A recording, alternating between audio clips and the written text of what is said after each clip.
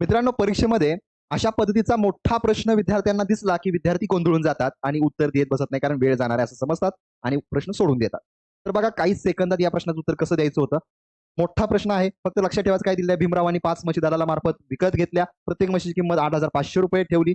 तर त्या व्यवहारात त्यांना शेकडा 2% दलाली द्यावी लागली, तर त्यांना त्या म्हशी किती रुपयाला पडल्या.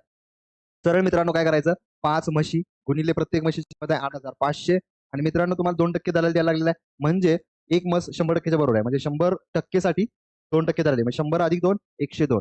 ठीक आहे, 102% द्यावं लागलेलं आहे. म्हणजे भागिले जर 100 केलं मित्रांनो, या 2 शून्याला 2 शून्य कटले, यांचा गुणाकार केला, यांचा गुणाकार केल्यानंतर येते मित्रांनो 43,350. हे तुमचं उत्तर ऑप्शन डी आपलं बरोबर आहे. या प्रश्नाचं उत्तर तुम्ही कमेंट बॉक्समध्ये द्यायचं आहे. आणि मित्रांनो, जर तुम्हाला वाटत असेल यंदा एसएससी जीडी मधील कॉन्स्टेबलचं पद आपल्या अंगावर घ्यायचं आहे किंवा ते पद मिळवायचं आहे, तर ही बॅच तुमच्यासाठी आहे मित्रांनो. योद्धा बॅच या बॅचचं नाव आहे. बॅचची फी डिस्काउंट